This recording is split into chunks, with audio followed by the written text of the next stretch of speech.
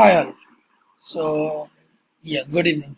So I have just created my first file, which is my assignment number one for the JavaScript tutorial that I'm doing.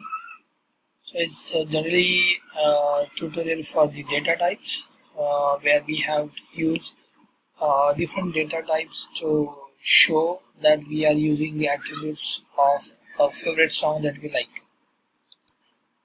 So I have created this file. So this file has like it's 8 to 10 variables. So 10 variables have different attributes like song name, album name, the date of release, recording year, song length, and so on. So I have just added the variables here. So there are different types of variable like string variable and numeric variable.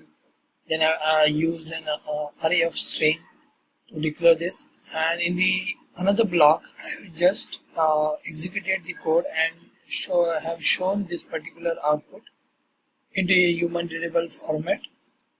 So I have also added the comments here. So it starts with introducing what the whole script does. So it says that the script shows the detail of this favorite song, which is love me like you do.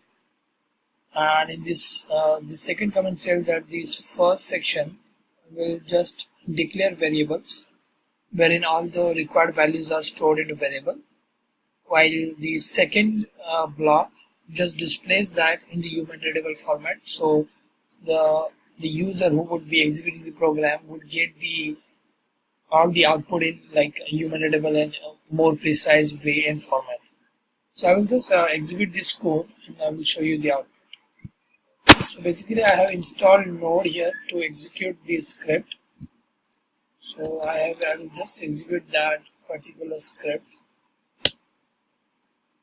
And as I told, it shows all the attributes in a human readable format here. So the name of the song, then the name of the album, release date, length, the genre of the song, the recording studios, the labels and all. Also the producer names. So this was the first assignment that was done by me for the JavaScript tutorial. This is it for this. So all the upcoming assignments will be submitted in the same format. Thank you.